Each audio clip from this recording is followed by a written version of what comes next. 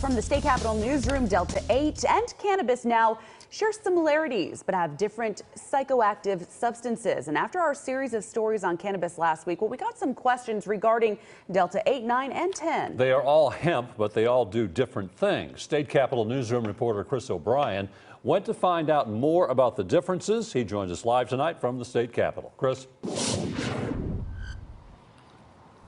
Alex, Bob, good evening. All of those products make you feel something, but what that something is and the potency of it, well, that's the key difference. Hemp and CBD products are legal in Tennessee thanks to our state legislature back in 2019 adopting language from the Federal Farm Bill of 2018. Lab Canna sells several THC products in Nashville, like Delta-8, 9, and 10. Delta-9 THC is the drug in cannabis that produces the high. Delta-8 and 10 are essentially cousins of 9. Delta-8, a little bit less. It's about 70% as potent as Delta-9.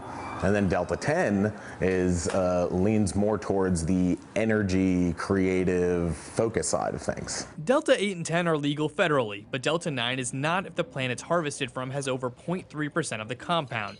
If there is a plant that is over that threshold in Tennessee, it must be destroyed. That law was written for plants. There was no law, there is no regulation written for products. So by proxy, it set the precedent that those products can also be made to the same level.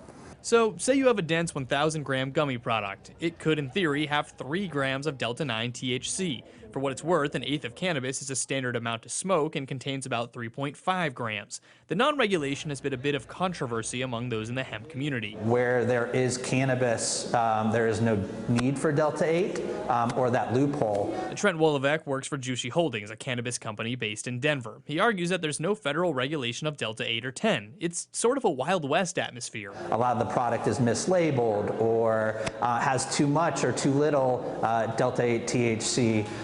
It's got heavy metals, molds, mildew.